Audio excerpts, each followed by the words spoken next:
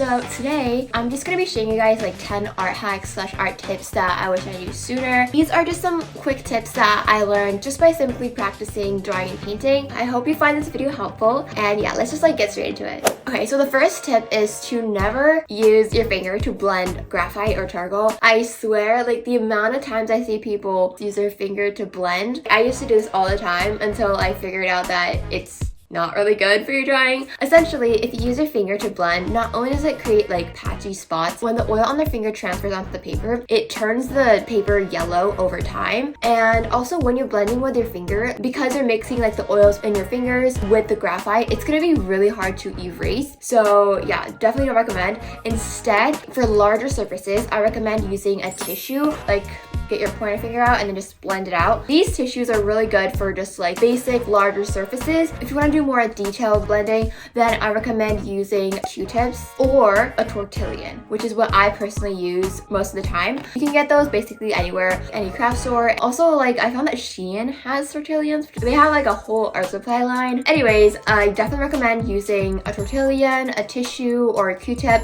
just anything other than your finger. So the second tip is whenever you're drawing one eye and you're like struggling to draw the other, one hack is to take a picture of the side of the eye that you drew, and then you go to edit and you flip the image, and then once you flip it, you use that picture as the reference guide to draw your second eye. That has worked pretty well. Another little tip is if you're lost with the spacing of the eye, like where to draw your second eye, once you draw the eye, leave a space that's the same length of the original eye and then draw your second eye, so it's like having 3 eyes across. That just really helps with proportions. So the third tip is specifically for, I guess, charcoal pencils and graphite. When you're trying to draw an image from a reference photo, right? And you just have a hard time figuring out like where the highlights go and the shadows, take the image and just simply put it in black and white. I know it's super simple and obvious. Once you turn the image to black and white, you'll be able to instantly see that image in just like a drawing format. Sometimes when the image is in color, it's just kind of hard to see the shadows and everything, especially when the lighting is really different. And another bonus tip is make sure to get a good reference photo. What I mean by that is make sure to pick one where you can kind of see highlights and shadows, because if you just get one that's just like flat, your drawing will look flat. So make sure you get a reference photo that has a variety of shades and highlights and shadows so that you'll be able to get a drawing that has more dimension.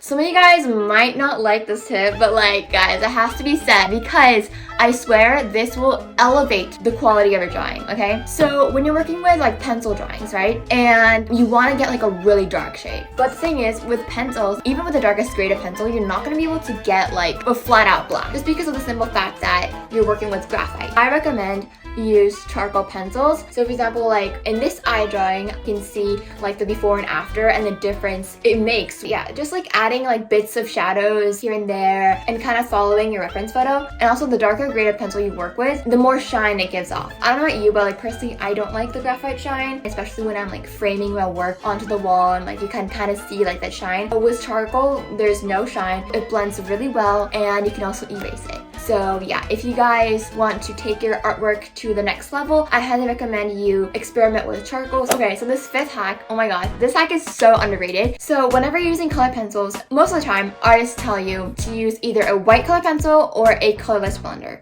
And obviously there are also other hacks to blend color pencils, but this one will actually change your life. So it is to use paint thinner to blend color pencils. And hear me out, y'all are probably like, what the heck is that? Paint thinner is basically like a liquid that cleans oil paints. With color pencils, you can literally have like 2 or 3 layers of color pencils, just like really light layers, right? Take your paintbrush, dip it into paint thinner, like the smallest bit of paint thinner, and you kind of like brush it over the color pencil area. It literally turns it into like almost paint, but it blends everything so seamlessly. And you know like the little grainy bits that you get when you're like drawing with color pencils? You get none of that and it's just like flat out color. So the 6th tip is to, oh my god, guys, literally please, like especially if you're a beginner artist, please use a reference photo. Like guys, not using a reference photo is not a flex, okay? Like guys, we all know this. Like every artist uses a reference photo, like some sort of reference. This was literally me. I used to be like, guys, I do this without looking at an image. Like, it's not a flex, like honestly, because it will not help you in the long run. The thing with reference photos is that it will help you so much. You'll learn different skills like shading, drawing in perspective, proportions,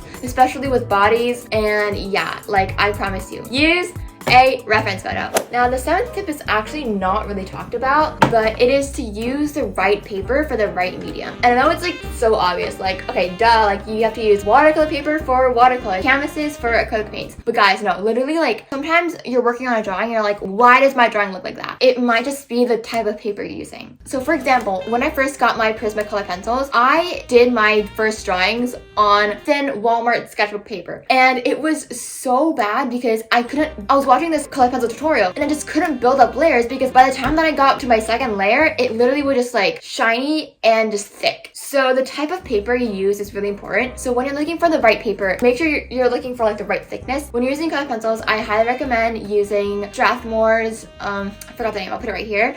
Just using like a thick paper so that you're able to build up layers. But overall, for like a general all-in-one paper that I recommend is the Candle XL mixed media paper. I swear by this paper. I have recommended it on my social media many times. You can use any medium on it. Overall, this paper is amazing for charcoal, markers, pens, color pencils. And my 8th tip is to experiment with mixed media. So mixed media is essentially like mixing and matching different mediums to create a drawing or painting. So some examples are color pencil over watercolor, markers over watercolor, markers over acrylic, and also using like non-conventional art supplies. Incorporating it into your drawing definitely can make your drawing look a lot more interesting. So I saw this girl on TikTok, her name is Daria, and she took her canvas and she basically like cut it open and had like another layer of like painting underneath, and it was literally the coolest thing. And also Yasmin, aka this art person on TikTok, she did a drawing where she cut out like a heart and added like clothespins all over it, and it just kind of gave like such a cool effect. I definitely recommend experimenting with different mediums and just like combining them together. And with mixed media, you'll definitely be able to be more creative and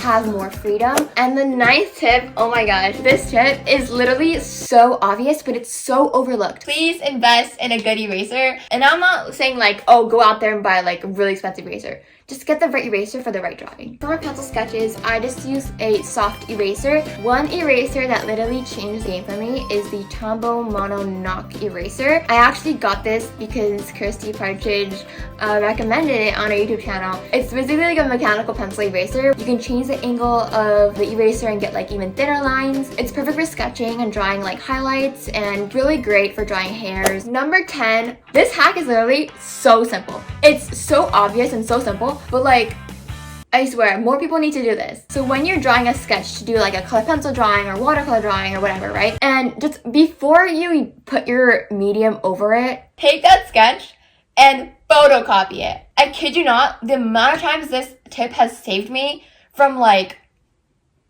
tears. Take the sketchbook paper, cut it into the size that fits in your printer, slip it in and fits it, and boom, you have another safety one. So in case one goes wrong, you have the other. You'll feel less stressed when you're doing your watercolor over it because you're like, I got my backup. For me, the thickness of the Canson XL mixed media paper works great for photocopying. So yeah, definitely photocopy your sketch before you put any medium on top of it. So that was it for today's video. Thank you guys for watching. And also, guys, like, thank you guys so much for 70k subscribers. I literally can't believe it. Like, it's actually so crazy. I really appreciate it. I love you guys all, and have a great week.